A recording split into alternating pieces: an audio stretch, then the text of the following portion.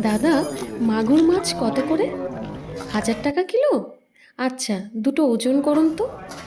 350 গ্রাম হয়েছে, দিয়ে দিন।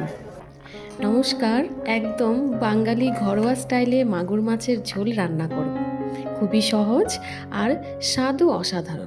তাহলে শুরু করি। প্রথমে মাছটা ভালো করে নুন লাগিয়ে ধুয়ে নেব। মাগুর মাছ প্রোটিনের একটি খুব ভালো সোর্স। মাগুর মাছে আছে ওমেগা-3 ফ্যাটি অ্যাসিড প্রচুর পরিমাণে। তারপর নুন আর হলুদ মাখিয়ে নিয়েছি। আমি পাতলা ঝোল বানাবো। গরম গরম খেতে অসাধারণ হয়। শুধুমাত্র আদা আর টমেটোই লাগবে। গ্যাসটা অন করে একটা প্যান বসিয়ে দেব। তেল দিয়ে দেব। তেলটা গরম হয়ে গেলে একে একে সব মাছ ভেজে নেব দুটো সাইডে।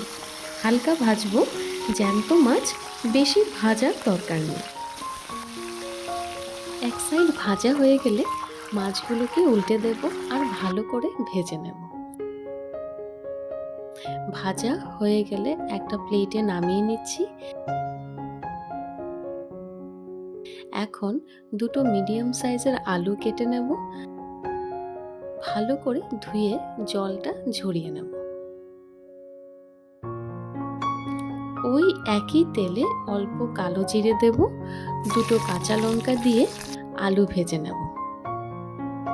ভাজার সময় গ্যাসের ফ্লেমটা লো রাখছি। সুন্দর করে লাল লাল করে ভাজা করলে ঝোলের টেস্টটা খুব ভালো হবে। আলুগুলো ভাজা হোক, আরেকটা সাইডে দুটো টমেটো কেটে নিচ্ছি। টমেটোর দানাগুলো বার করে নেব আর ধুয়ে নেব। টমেটোতে থাকা ভিটামিন সি চোখের দৃষ্টিশক্তি বাড়ায় অ্যান্ড অ্যামিনো অ্যাসিড বাড়তি ওজন কমাতে সাহায্য করে। দিলে ঝোলের রঙটাও খুব সুন্দর হয়। আদাটাও গ্রেট করে নিয়েছি। স্বাদ মতো নুন আর হলুদও অ্যাড করছি। চেক করি এখন আলুটা ভাজা হয়েছে কিনা। হ্যাঁ, সুন্দর ভাজা হয়ে গেছে। এখন টমেটো আর আদার পেস্টটা দিয়ে ভালো করে কম আঁচে ভেজে নিচ্ছি। এই স্টেপটাও খুব ইম্পর্ট্যান্ট। যত সুন্দর মশলাটা ভাজা হবে তত ঝোলের টেস্টটা বাড়বে। মশলা থেকে তেল বেরিয়ে গেছে।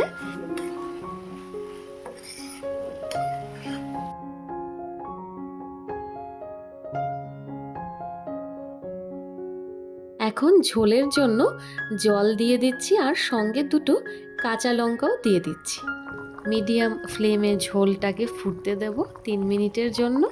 ঝোলটা ভালো করে ফুটে গেলে ভাজা মাছগুলো দিয়ে দিচ্ছি।